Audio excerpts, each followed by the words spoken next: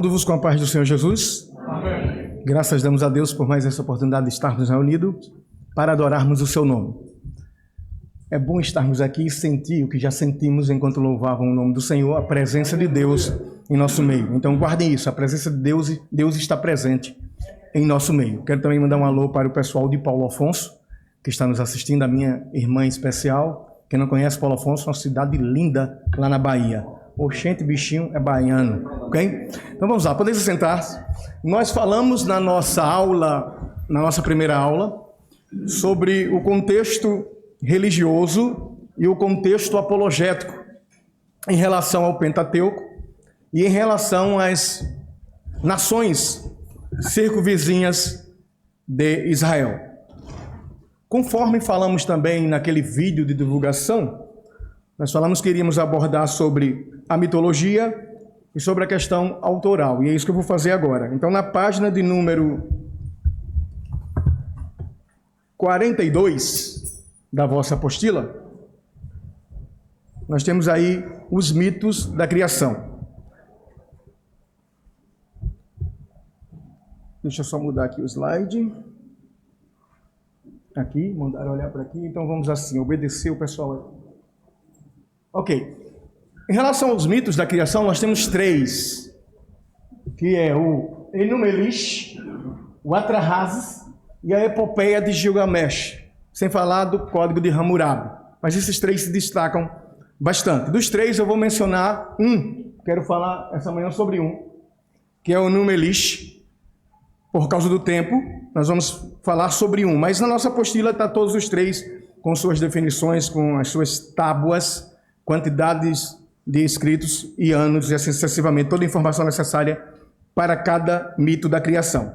Então, eu vou começar aí na página de número 42, nós vamos definir então. Enu-Elish é o mito da criação babilônico, foi descoberto por Asten Henry em 1849, em forma fragmentada.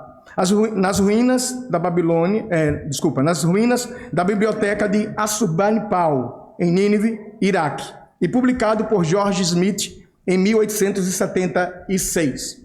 O Enu-Elish tem cerca de 1000 linhas escritas em babilônico antigo, sobre 7 tábuas de argila, cada uma com cerca de 115 a 170 linhas de texto. Eu vou resumir, porque na apostila aqui, tá, pelo menos na minha aqui, ou talvez na de vocês não esteja, tá as 7 tábuas e o que está em cada tábua em relação ao mito. Mas eu vou resumir e fazer um resumo então geral desse mito. Primeiro, por que é importante esse mito? Porque antes da filosofia, antes do Pentateuco, o que se falava naquelas regiões era isso. O que se ensinava em relação à criação era exatamente isso. Então eu vou aqui definir ou resumir o Enu-Elish. Diz o seguinte então, que 2 deuses, o nome do primeiro era Apsu, que ele governava, segundo o mito, as águas doces. E o segundo deus, que na verdade é uma deusa, Tiamat, que era a mãe de todos os deuses. O mito diz que os dois tiveram relação sexual e criaram os deuses. Só que esses deuses, eles eram muito barulhentos, né? Perturbavam muito. E Apsu resolveu matar os deuses.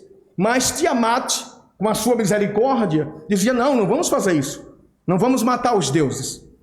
Aparece outro deus na história, isso na tábua de número 3, por nome de Ea, e ele, percebendo que Apsu queria matá-los, ele se antecipa e mata Apsu. Tiamat fica muito chateada e com ira ela jura vingança. A primeira coisa que ela faz é casar-se novamente, ou seja, tomar um esposo para si. E aí ela toma outro deus por nome de Kingu. Guarda esse nome aí que é importante aqui no mito. Kingu. E o que acontece? Ela jura vingança e o poder de Tiamat, segundo Enu-Elish, tudo que ela amaldiçoar é amaldiçoado. Então, quem tenta a princípio lutar com Tiamat é um deus chamado Anu. E ela o vence, mata-o e vence. De forma que ninguém mais poderia enfrentar Tiamat. Até que Gaga, o nome de outro deus, não é a Lady Gaga não, gente. Gaga, ele é conselheiro dos deuses, e ele faz o quê? Ele monta uma reunião, ele marca uma reunião com todos os deuses, e ele chama então Marduk, que é filho do Ea, que matou Apsu, que foi morto por Tiamat, e o amigo de Ea, Anu, também foi morto por Tiamat. Então, sendo assim, Tiamat matou dois deuses, Ea e Anu. E Ea mata Apsu, o primeiro deus que teve relação com Tiamat. Ok, só para você entender aí o mito. Então, agora o Gaga reúne todo o conselho e diz: nós temos que escolher um deus que enfrente Tiamat. E o mito diz que eles escolhem Marduk, que era filho de Ea. E Marduk faz uma proposta: se eu enfrentar Tiamat, vocês me colocam como deus dos deuses. Isso é um mito babilônico. Ok, eles aceitam a proposta e então Marduk sai para pelejar com Tiamat. O mito diz que Marduk ganhou do seu avô 4 ventos: vento norte, vento sul, vento leste, vento oeste. Também ganhou mais 7 ventos de destruições. E quando Marduk chegou diante de Tiamat, Tiamat abriu a boca para o amaldiçoar, e ele então lançou os 4 ventos dentro, pela boca, claro, dentro do ser dela. Ela ficou paralisada, ele manda novamente os sete ventos de destruição, e ela fica paralisada, anulando o seu poder. Com uma flecha, ele acerta o seu coração e mata Tiamat, a mãe dos deuses. Porém, depois dela morta, ele sobe em cima dela, rasga seu corpo ao meio. Com metade do corpo ele cria os céus, com metade do corpo ele cria a terra. Não satisfeito com isso, Kingu, que era o segundo marido de Tiamat, desafia Marduk. Ele o vence, e quando o sangue de Kingu cai sobre o barro, Marduk cria uma espécie de aborígene, o ser humano, misturando argila com sangue, cria o homem para cuidar dos deuses. Para cuidar dos deuses, exatamente. Cria o homem para cuidar dos deuses, trazendo comida para os deuses. Esse é o mito de Enu-Elish. Pastor, qual é a importância desse mito e por que falar dele nessa aula?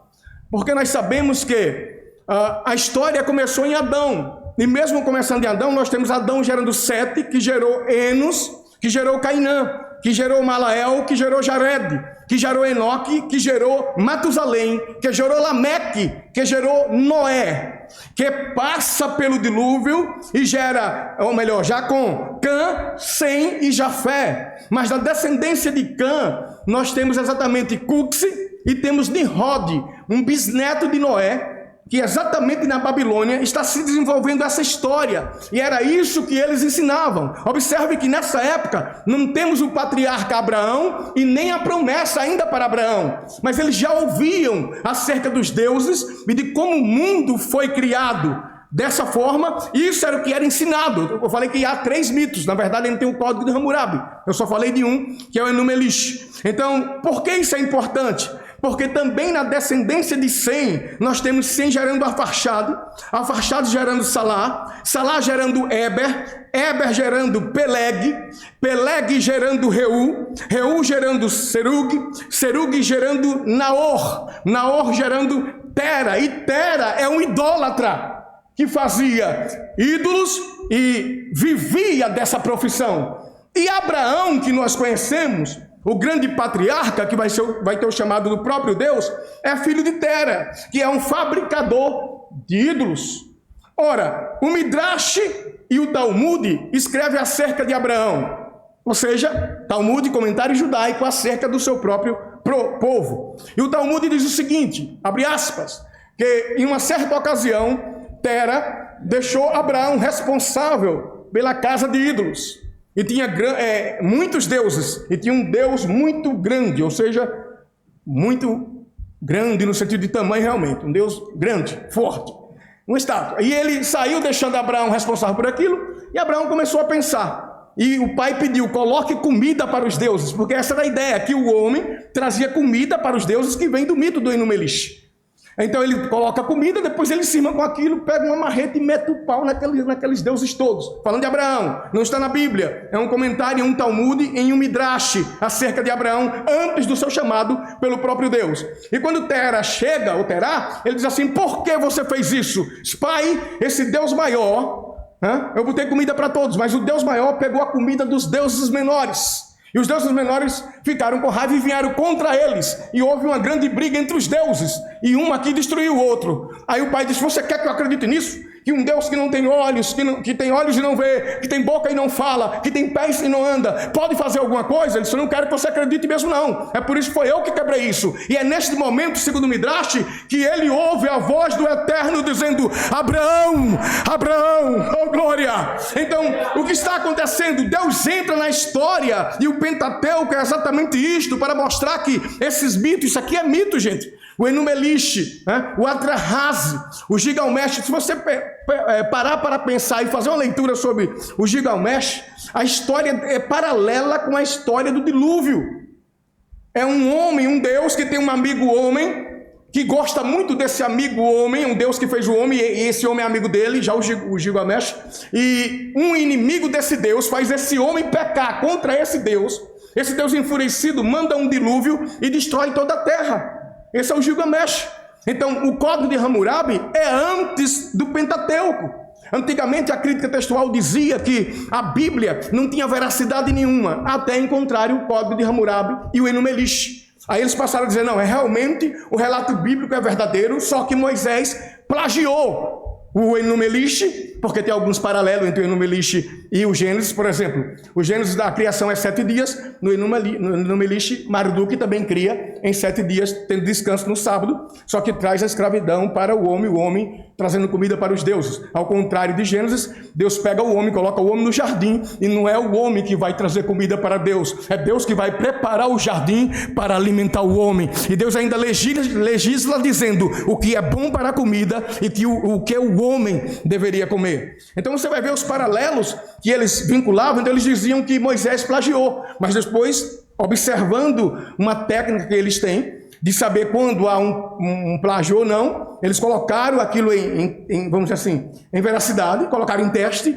e chegaram à conclusão que o relato de Gênesis é mais enxuto, é mais coeso e não foi de maneira nenhuma copiado. Agora, por que se não foi copiado? Porque tem o paralelismo, porque é parecido, porque a história não começa em Abraão, a história não começa em Noé, a história começa em Adão, falando de pai para filho. A história veio na questão oral, os pais falavam com os filhos. É claro que foi distorcido aqui nos mitos, mas esses mitos são importantes por isso, até esse ponto. Mas quando chega em Abraão, Abraão então vai gerar, da descendência de Abraão nós temos Isaac, de Isaac Jacó, de Jacó Levi, como eu falei na primeira aula. De Levi nós temos Coate, e de Coate nós temos Gerson, Merari. Então dos Meraris e Coatitas, os Coatitas nós temos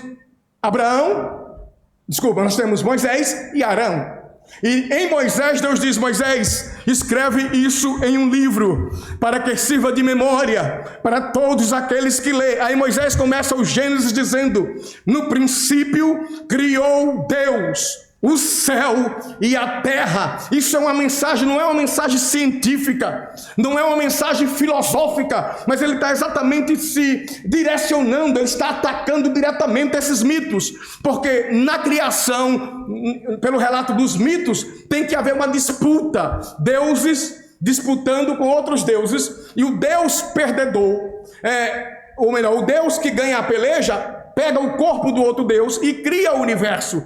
Qualquer um dos mitos em relação à criação vai ter uma disputa entre os deuses, para poder o Deus que vence a disputa criar o universo. Moisés começa o Gênesis dizendo: no princípio criou Deus os céus e a terra. Então não há deuses a Deus, não há disputas aqui em Gênesis. Isso aqui é um compêndio de apologia para as pessoas da época, porque ia exatamente de encontro a esses mitos da criação. Criou Deus os céus e a terra, não criou com o corpo de um Deus perdedor, mas criou pelo poder da sua palavra. Ele disse: haja e houve, conforme ele determinou, aleluia, que haveria. Então Moisés está escrevendo o Pentateuco, ou melhor, Deus entrega o Pentateuco a Moisés, para mostrar para esta geração, aquela geração que estava ali sendo, vamos dizer assim, influenciada por essas religiões, que não é desta forma, mas o Deus verdadeiro é quem cria, e ele cria totalmente diferente. Ele cria pelo poder da sua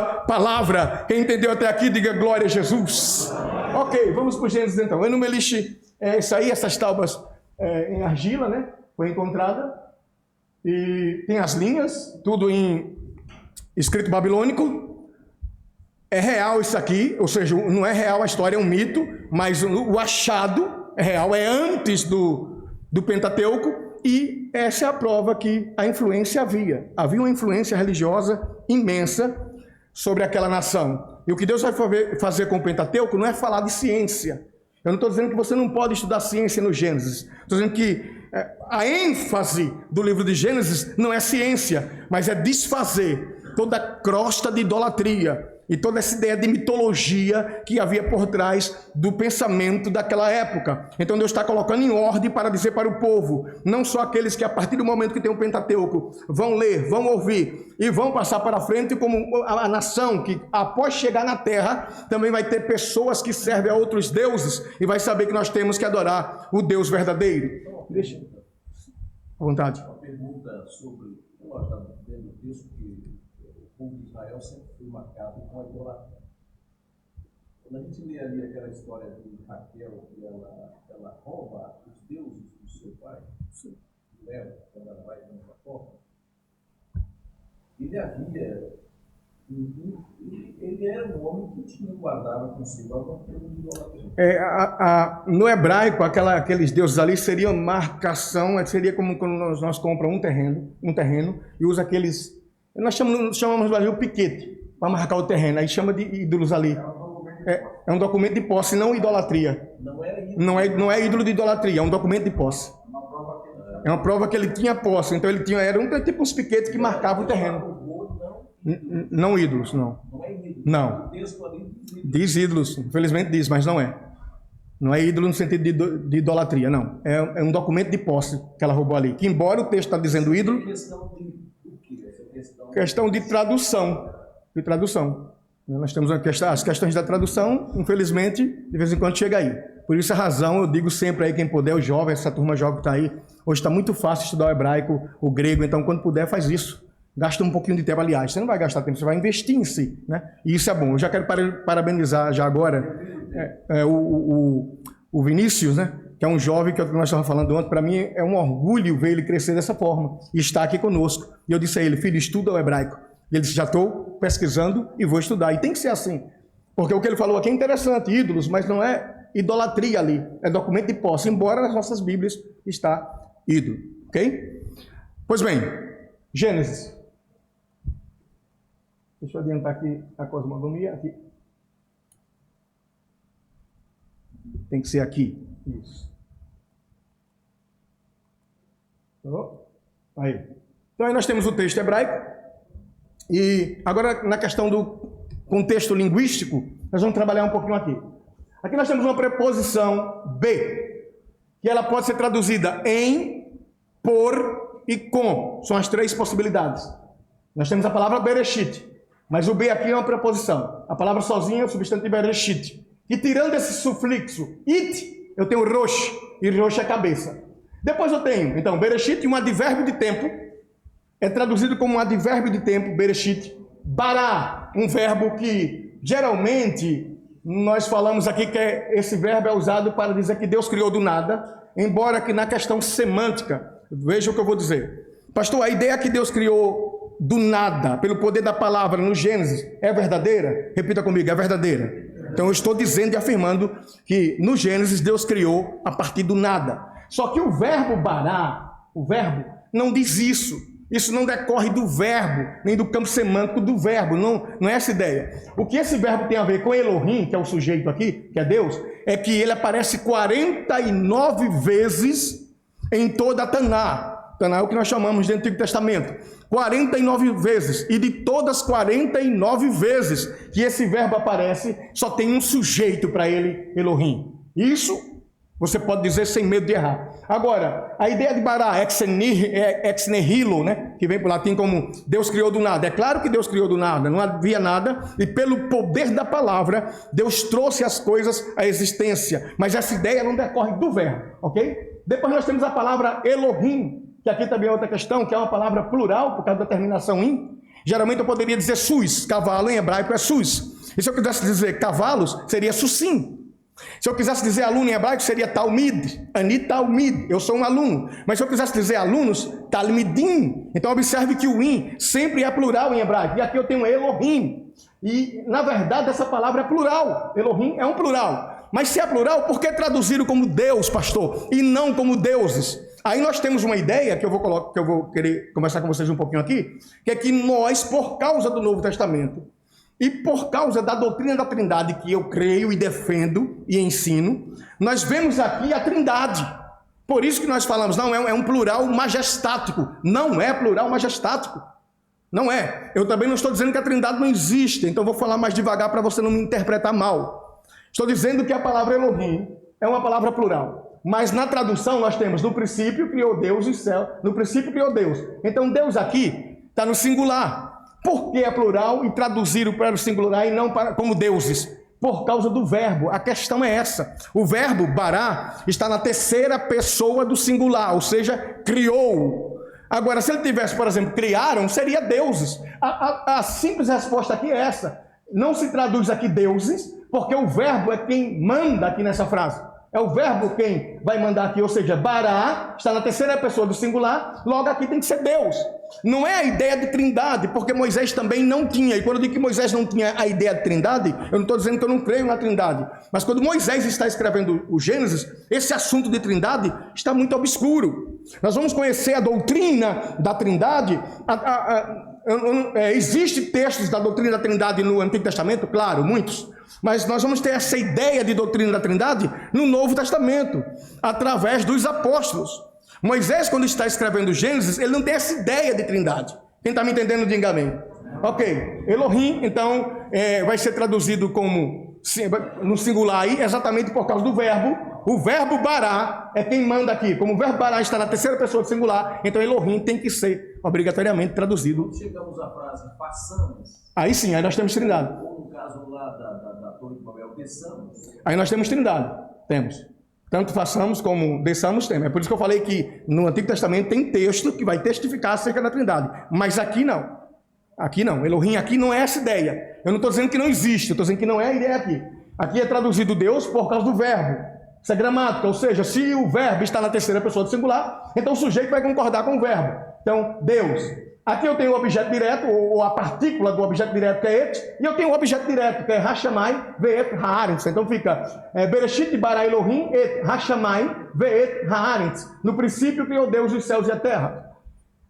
A sequência, Ve'haaretz, Ve'haitá, Tor, Vavorro, Vahoshapet, Alpinei, Terrum, Verrua Elohim, Marahefet, Alpinei, Hamaim. Aí nós temos então a preposição B, que pode traduzir em, por e com. E aqui, só aqui já é um problema para o tradutor, para quem vai traduzir, porque nós temos lá no princípio, diga comigo, no princípio. Mas eu acabei de dizer que a preposição B só tem três opções de tradução. Diga comigo, em, por e com. Algumas vezes você vai ver uma Bíblia traduzindo em princípio, é uma tradução bem literal. Em princípio, alguém já teve a oportunidade de ver essa tradução? Em princípio, Deus criou os céus e a terra. Isso eu já vi, já existe. Agora, por que se é em, por e com? Por que B? Aqui está traduzido no, que seria uma ideia de um artigo, né? E para ter um artigo aqui, teria que ser ba e não B. B é uma preposição. Para eu fazer de B um artigo, para ser no, teria um ba. Isso por causa do Pentateuco samaritano. Então, as pessoas que estudam as línguas semíticas chegaram à conclusão que no Pentateuco samaritano tinha uma expressão no princípio, também por causa da Septuaginta, primeira tradução do manuscrito hebraico para o grego, que o rei Ptolomeu Filadélfio II, olha o nome dele, Ptolomeu Filadélfio II, ordenou que 72 judeus fossem até Jerusalém e fizessem uma tradução do manuscrito hebraico para o grego. Essa é a primeira tradução do hebraico para o grego, conhecido como Septuaginta, e já traduziram no. Então, ninguém vai colocar, em princípio eu já vi, em princípio, mas sempre vai estar no princípio. Estou dizendo por quê? Por causa do Pentateuco babilônico, do Pentateuco samaritano. E isso é que vai trazer a ideia. E B, então, se traduz em, por e com. Na sequência, nós temos a palavra reshit. Isso é o dicionário de Strong, só para você ter uma ideia da questão linguística e da questão como é difícil essa questão de tradução. A palavra reshit, lá em cima, ali, ela pode ser traduzida, as vertentes dela é, primeiro, começo, melhor, principal, princípio, primeiro, parte principal e parte selecionada. Qualquer uma dessas é tradução para a palavra reshit. O tradutor, quando vai traduzir, ele tem que traduzir a melhor opção dentro do contexto em que ele está traduzindo. Vejamos, nós temos lá, diga comigo, no. Aí ficaria no primeiro, não fica muito bom. No começo, no melhor, no principal, no princípio, é que todo mundo traduz porque essa é a ideia mesmo. No primeiro, no parte principal, no parte selecionada. Não, mas as vertentes são essas. Não existe uma palavra só. Por isso as vertentes, e aqui é a grande dificuldade para um tradutor. As pessoas pensam que é fácil, mas não é. É fácil criticar quem está traduzindo, ou quem está estudando, ou quem comete algum erro. Mas não é fácil, por aqui você já vê. Eu tenho uma palavra, reshit, que pode ser traduzida dessa forma aí toda, com essas vertentes todas. Mais uma imagem, deixa eu mudar aqui. Aí nós temos a palavra Elohim. Mesma coisa, todo mundo na mente de vocês, Elohim é Deus. Sim ou não? Sim. Mas vamos ver a tradução de Elohim. Elohim pode ser traduzido por plural, governantes, juízes, seres divinos, anjos, deuses, plural intensivo, sentido singular, Deus, deusa, divino, obras ou possessões especiais de Deus, o verdadeiro Deus e Deus. Então a palavra Elohim pode ser, essas são as vertentes dela. E qual é a melhor opção para Elohim no contexto de Gênesis 1:1? Deus. Por quê? Por causa do verbo. Ok? Agora, quando Deus disse para Moisés, Moisés, eu te levantarei como um Deus, um Elohim, na terra do Egito. Tem gente que está dizendo que Moisés é Deus. Moisés não é Deus. Embora a palavra Elohim, no hebraico, esteja vinculada ao Rabi Moshe, a Moisés, nós entendemos que para Moisés ficaria melhor aqui, governante, juiz, talvez juiz fosse uma opção boa, né? Eu te levantarei como um juiz no Egito, eu te levantarei como um governante no Egito, eu te levantarei com autoridade no Egito. Essa é a ideia, embora a palavra Elohim é que está atrelada lá no texto hebraico, mas eu não posso, todas as vezes que ver a palavra Elohim, dizer que sempre está vinculada a Deus. Não. Adonai sim, Elohim não. Na sequência. O Vav, aqui é outra questão, Vav conjuntivo, deixa eu mostrar esse Vav no texto. O Vav é esse aqui, só um minuto. Esse aqui, Verhaaretz Haitá. Esse V é uma conjunção, que é o nosso E no português. E só aqui também há uma grande questão, vamos entender. O Vav, 3 ideias são apresentadas em relação ao Vav. A primeira, o Vav seria aditivo, ou seja, da sequência. Nós estamos falando agora do capítulo de número 1 e o versículo de número 1 do livro de Gênesis, que diz: no princípio, criou Deus os céus e a terra. Ponto. Versículo 2. Verhaaretz Haitá. E a terra era sem forma e vazia, e havia trevas sobre a face do abismo. Esse Vav que liga o versículo 1 no 2, segundo os especialistas, tem 3 possibilidades. A primeira, ele é um Vav aditivo. Se ele for um Vav aditivo, ele daria sequência do versículo 1 para o versículo 2. Quem está me entendendo, diga amém.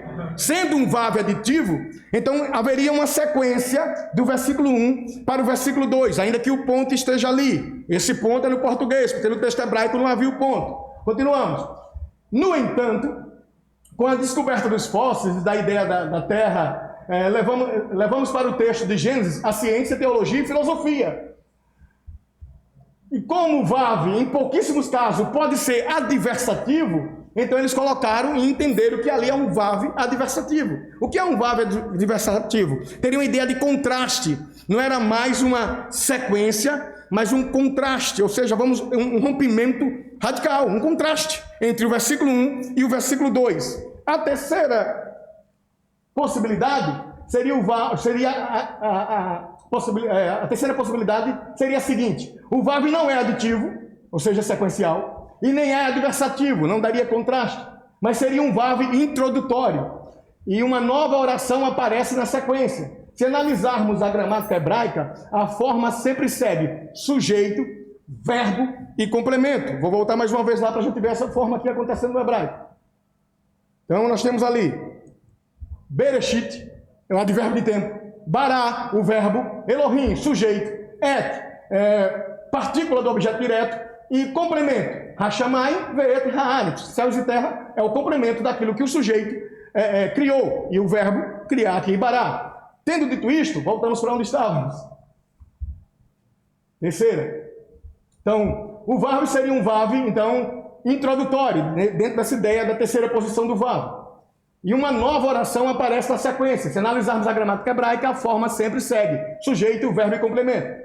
A segunda questão, que seria um vav adversativo, dando uma ideia de contraste, ou seja, o texto do versículo 1 fala uma coisa, ponto, é uma terra perfeita, é uma terra maravilhosa, embora eu não vou entrar nisso hoje, mas só vou deixar essa deixa aqui. É uma terra perfeita, é uma terra maravilhosa. E no versículo 2, essa terra foi destruída, seria a segunda ideia, um vav adversativo, que daria então esse contraste do versículo 1 para o versículo 2. Só que, para isso acontecer, segundo a gramática hebraica e segundo Emanuel Tov, que hoje é um judeu que escreve bastante, muito respeitado, quem pensa aqui que alguém conhece Emanuel Tov, muito respeitado, para quem, também quem estuda hebraico, mas mesmo quem não estuda hebraico, Emanuel Tov é muito respeitado na área da academia. E ele vai dizer o seguinte: sendo assim, era de se esperar, ou seja, para que o versículo 1 tivesse esse contraste com o versículo 2, se o versículo 1 fosse uma terra perfeita e o versículo 2 a terra sem forma e vazia, ele diz, sendo assim, era de se esperar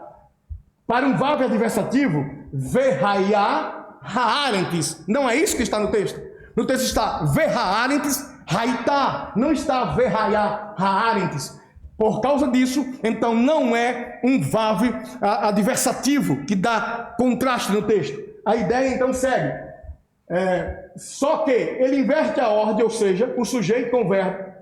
A frase é haaretz haitá. Quando isso acontece, na gramática hebraica, o autor quer estabelecer uma ruptura e iniciar algo novo. Então, segundo Emanuel Tov, e segundo a maioria dos especialistas em Pentateuco e livro do Gênesis, o que está acontecendo é um vav aditivo.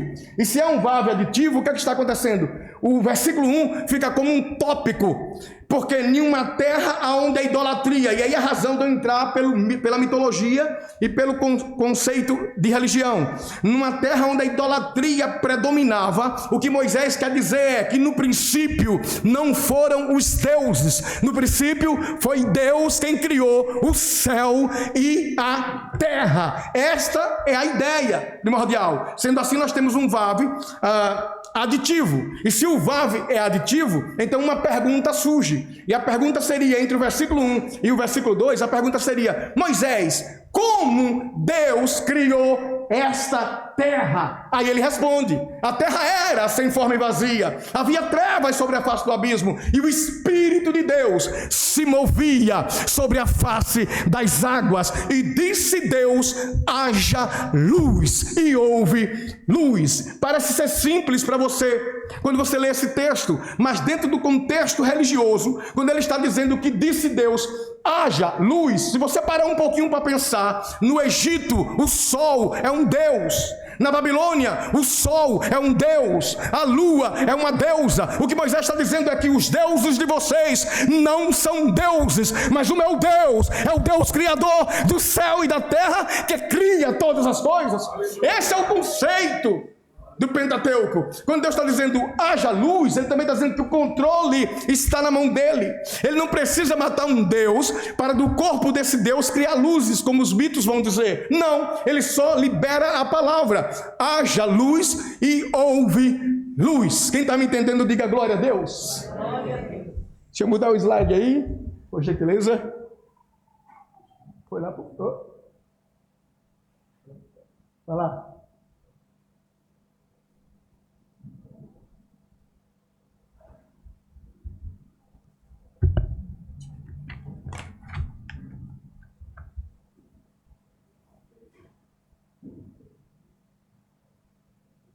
Não. Pode voltar um pouquinho? Volta.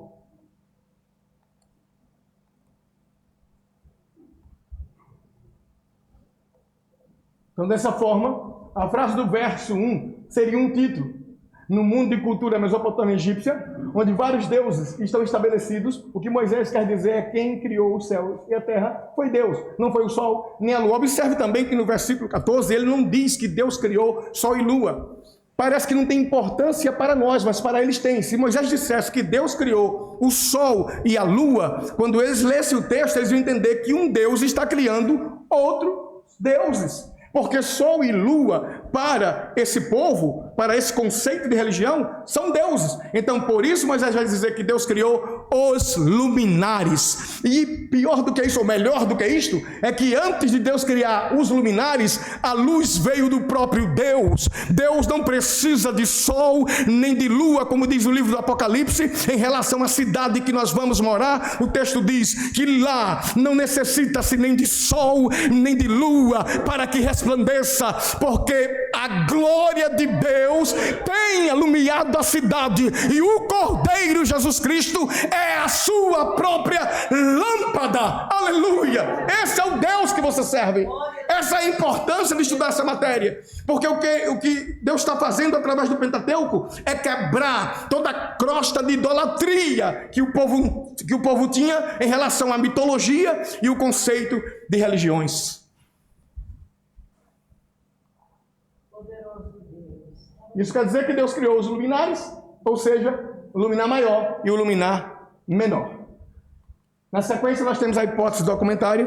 Tenho que falar um pouquinho sobre isso ainda nessa aula, que eu tenho que entrar no livro de Gênesis mesmo, propriamente dito, na outra aula. Na página de número 43, o que é que nós temos aqui? Nós temos a hipótese documentária. Vou resumir aqui isso. Na época do Iluminismo, o Vinícius falou muito bem acerca disto ontem. Na época do Iluminismo, um médico francês chamado Jean Astruc, em 1753, ele era um estudioso do Pentateuco, e ele vai estudar o Pentateuco e chega à conclusão e cria uma teoria que o Pentateuco tinha duas fontes redatoriais. Segundo ele, a fonte javista e a fonte eloísta. Fonte javista ele marca aproximadamente 950 a.C., na época ali aproximadamente de Salomão, e a fonte eloísta 850 a.C. Embora também tenho que dizer uma verdade aqui, para o Jean Astruc, o Pentateuco continuava sendo da autoria de Moisés. Só que ele disse que Moisés utilizou fontes externas para escrever o Pentateuco. Essa é a ideia da teoria dele.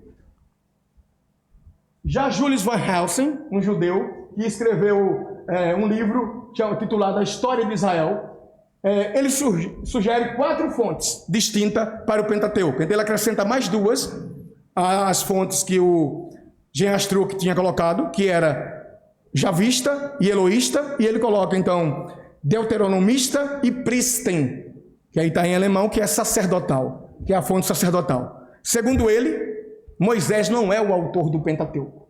Moisés não escreveu o Pentateuco, mas o Pentateuco foi escrito por várias pessoas ao longo dos anos, que chegou em uma época, nessa época que eles demarcam aí de 950 para a fonte javista, 850 para a fonte eloísta, 650 para a fonte deuteronomista e para a fonte sacerdotal, 350 já depois do cativeiro babilônico, veria a ideia dessa fonte sacerdotal. Então eles chegaram à conclusão que Moisés não é o autor do Pentateuco e que o Pentateuco é uma coxa de retalhos. Eles até brincam dizendo que o Pentateuco não é mosaico, mas é um mosaico Pentateuco, ou seja, uma coxa de retalhos. Isso é verdade? Claro que não, mas isso é uma teoria. E como teoria, ela tem que ter base. Aqui é a data. Qual é a base da crítica das fontes? Ou qual é a base da hipótese documentária? A base deles, a argumentação deles é a seguinte. Meu Deus, a hora. Duplicação e repetição de material. A variação nos nomes atribuídos a Deus. A variação de vocabulários e evidência de atividade editorial após a morte de Moisés. Então, essa é a base para eles dizerem que o Pentateuco não é de Moisés. Na apostila, eu refuto tudo isso. Claro, quando eu digo eu refuto, não fui eu que refutei. Eu não inventei a roda, não inventei. A roda já estava girando. Eu só acompanhei a roda girando. Com cuidado, que cuidado não entra em qualquer roda. Né? Mas ninguém inventa nada hoje. A roda já está girando de muito tempo. Né? Nós estamos falando aqui da época do Iluminismo, então não foi eu que inventei. Só estudei, coloquei na apostila. E quando não é nós que falamos, nós colocamos o autor, quem falou. Então, nós já futamos isso aí, mas eu quero só me deter aqui, pelo menos em 2 exemplos para vocês. A duplicação de repetição de material, ele vai usar quando Isaac, ou melhor, quando Abraão mentiu no Egito acerca de Sara. Depois Abraão também mente para o rei de Gerar acerca de Sara, e vem Isaac e mente também, tanto no Egito como para o rei de Gerar. Então o que eles dizem que é 2 fontes que estão escrevendo, 2 redatores diferentes escrevendo o texto, por isso que há essa divergência. Não é 2 redatores. Né? O rei de Gerar não é o mesmo rei da época de Abraão e da época de Isaac. Só que não pesquisaram isso e falaram exatamente isso. Outro texto que eu quero compartilhar com vocês em relação a isso, por favor, é Êxodo, capítulo de número 20, versículo de número 24. Êxodo, capítulo de número 20, versículo de número 24, diz assim: um altar de terra me farás, e sobre ele sacrificará os teus holocaustos, e as tuas ofertas pacíficas, e as tuas ovelhas, e as tuas vacas, em todo lugar, diga, em todo lugar, onde eu fizer celebrar a memória do meu nome, virei a ti, e te abençoarei. Isso é Êxodo capítulo 20, versículo 24. Agora veja Deuteronômio, capítulo 12, versículo 11. Isso é uma base que eles usam para dizer que aqui nós temos 2 fontes. Diz assim: então haverá um lugar que escolherá o Senhor vosso Deus para ali fazer habitar o seu nome. Ali trareis tudo o que vos ordeno, os vossos holocaustos e os vossos sacrifícios e os vossos dízimos e a oferta alçada da vossa mão e toda a escolha dos vossos votos que fizerdes ao Senhor. Então qual é a divergência? Em Êxodo capítulo 20, versículo 24, poderia ser em todo lugar, mas em Deuteronômio tem um lugar específico. Aí o que a crítica das fontes dizem? Eles dizem que exatamente aqui tem 2 redatores, porque se aqui diz que é em um lugar só, mas aqui está dizendo que é em outro lugar. Como sair dessa sinuca de bico? Como explicar essa situação? Quem quer a explicação, diga eu quero. Oh, foi pouco, então diga mais forte, eu quero. A explicação é simples, é que em Êxodo capítulo 20, o povo é andarilho. O povo é nômade, e quando a nuvem se movimenta, o povo tem que se movimentar. Mas quando a nuvem para, o povo também tem que parar. E aonde a nuvem parasse, o povo parava. E o povo montaria o altar, né? Colocaria o altar em qualquer lugar, porque não tinha um lugar específico. Já em Deuteronômio capítulo 12, verso 11, o povo já está prestes a entrar na terra. A terra prometida que Deus prometera a Abraão, Isaac e Jacó. Agora sim, uma vez que está na terra, terá um lugar específico. Quem entendeu, diga amém. Mais um texto ainda nessa questão da hipótese documentária, que eu considero importante. Êxodo capítulo 2, versículo 17 e 18. Êxodo capítulo 2, versículo 17 e versículo de número 18. Então vieram os pastores e lançaram-nas dali. Moisés, porém, levantou-se e defendeu-as. E abeberou-lhes o rebanho, deu de beber o rebanho. E vindo elas a Reuel, seu pai, ele disse: por que tornaste hoje tão depressa? Esse é um primeiro texto. Vamos ver agora o Êxodo capítulo 4, verso 18. Diga comigo, Reuel.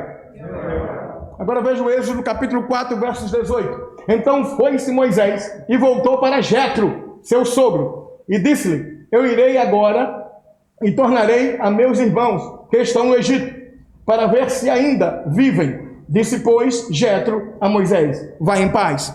Nós temos então 2 nomes para um homem só. Nós temos o sogro de Moisés, que em uma ocasião a Bíblia chama de Jetro, e em outra ocasião a Bíblia chama de Reuel. A crítica das fontes se apodera disso, dizendo que 2 fontes, 2 redatores diferentes, por isso 2 nomes diferentes, e provavelmente até o avô de Zípora seria Jetro. Não é verdade. Como é que explicamos isso? O nome Jetro é Itro em hebraico, que deriva de uma raiz hebraica chamada Ieter. O significado do nome Jetro, de Ieter, é sua excelência. Diga comigo, sua excelência. Temos exemplo disso? Temos Melquisedeque, que é um título, não é um nome, seria mais ou menos aí rei justo, e temos ainda Abimeleque, que o título Abimeleque quer dizer Meler, rei, seria pai, Av é pai, e Meler é rei em hebraico, seria pai e rei. O nome do sogro de Moisés é Reuel, né? Reuel, amigo de Deus. Então, como é que explicamos isso? Quando Moisés se dirigia ao seu sogro, o nome dele é Reuel. Quando Zípora se dirige ao seu pai, o nome dele é Reuel. Mas quando alguém vem e se dirige à excelência de Itro, de Jetro, então o título dele é Jetro. Jetro é um título e o nome é Reuel. Quem entendeu, diga glória a Deus. Para encerrar, e tem que ser bem rápido aqui. Deixa eu pegar aqui pelo menos 2 textos. Joga lá meu slide, por favor, David. Só para provar agora com a Bíblia que o Pentateuco é obra de Moisés.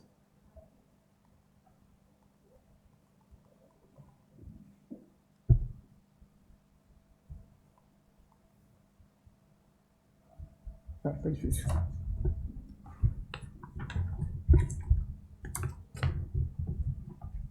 Vai lá, deixa eu mudar. Pode?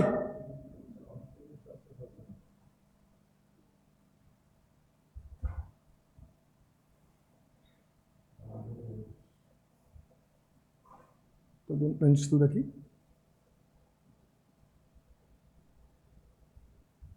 O Pentateuco e Moisés. O Pentateuco nos apresenta Moisés como mediador entre Deus e os homens.